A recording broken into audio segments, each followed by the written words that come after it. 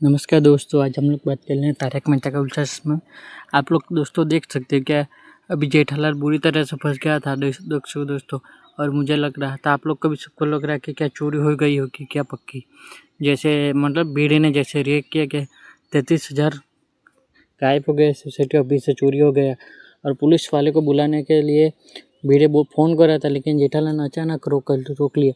फिर मतलब भीड़े को तो सब कुछ मालूम था क्या हो गया था, क्या हुआ था, लेकिन जेठालाल को सबक सिखाने के लिए भीड़े ने बहुत ज़्यादा ऐसा काम कर दिया कि जेठालाल उसमें बुरी तरह से फंस गया। क्योंकि जेठालाल को पूरी सच्चाई मालूम पड़ गई थी भीड़े को, जैसे चाय डुप्लीकेट चाय बनाई हुई।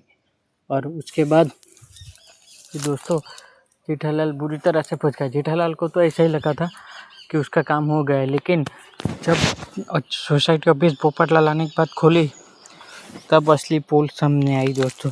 उसके बाद दोस्तों सब गोकुलधाम वाले सब हैरान हो गए, क्योंकि जेठालाल को फंस गया। जेठालाल को तो मालूम है वो बुरी तरह से फंस गया कि गोकुलधाम वाली बात में कुछ नहीं।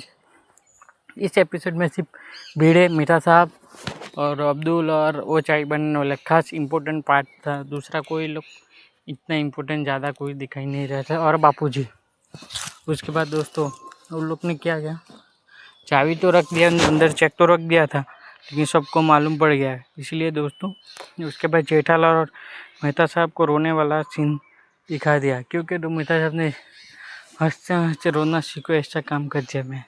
और उसके बाद दोस्तों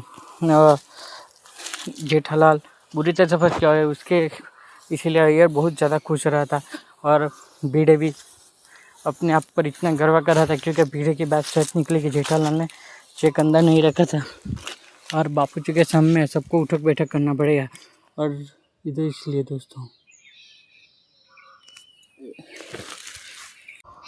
उसके बाद एकदम बड़े से बड़े, इसीलिए जेठालाल उसके बाद बड़े परेशानी फंस गया था, लेकिन अच्छे सबको मालूम पड़ गया। इसलिए जेठालाल को फिर सबके सामने उठक बैठक करना पड़ेगा। भीड़े और पोपटलाल को, तीनों को उठक बैठक। और मेहता साहब ने अपने स्वाद इच्छा से अपने कार्यों को किया, क्योंकि वो पोपटलाल को चाबी लेके चला गया था।